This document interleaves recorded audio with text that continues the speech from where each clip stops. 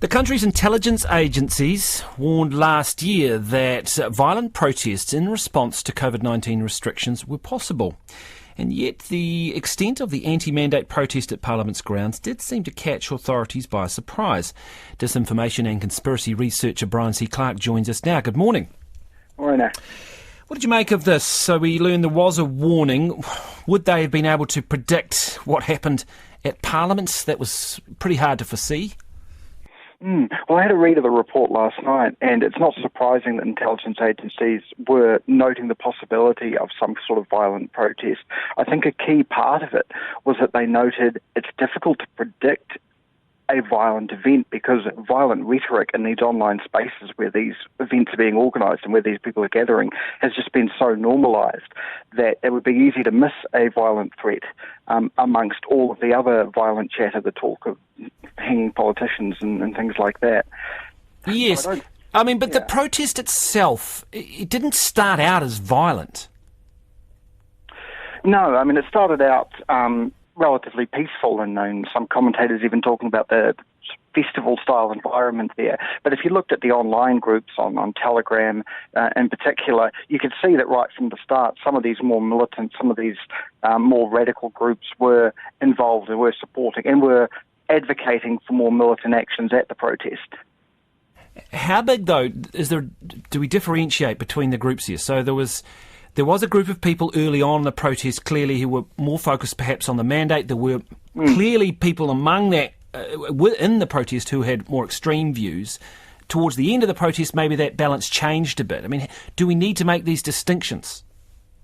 I think it is important to make those distinctions, because I think the majority of people who attended the protest aren't violent, but I think we need to be aware that amongst those more peaceful protesters, there is a violent and a more extreme element. And I guess the worry is radicalisation of people who would normally not be violent, but feel so desperate for whatever reason because of their cause that they become radicalised by that content you're talking about. Absolutely. And one thing with the protest was that these more peaceful people who maybe just had an opposition to the mandates were in a space mixing with these more radical people and becoming exposed to some of these more ridiculous conspiracy theories about the government being a tyranny and so on, and probably engaging with some of this fake news media that we see like Counterspin for the first time. And there's a real risk there that people who, a month ago were more moderate and more peaceful may now start to believe that some sort of violence is morally justified in the circumstance. What can realistically be done about this other than perhaps the police? There was some criticism of the police that they were a bit slow on the first couple of days in terms of, do you think that is a justified criticism? That's one area that could be improved.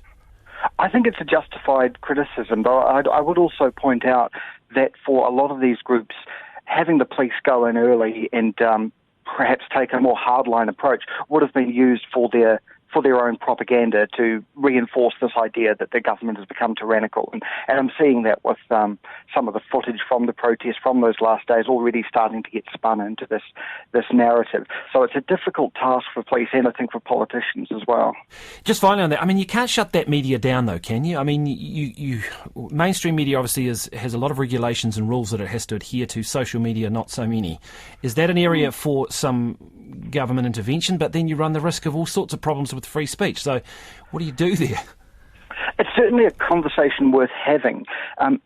We have seen greater scrutiny of some of the mainstream social media platforms like YouTube and Facebook, and they are doing more to remove some of this content without necessarily needing state intervention. But what we've seen is that has happened at such a slow pace that these influencers in the space have been able to take their audience with them to alternative platforms like Telegram and Rumble and Odyssey and these websites where there's a much less oversight and much less moderation than what we find on Facebook and YouTube.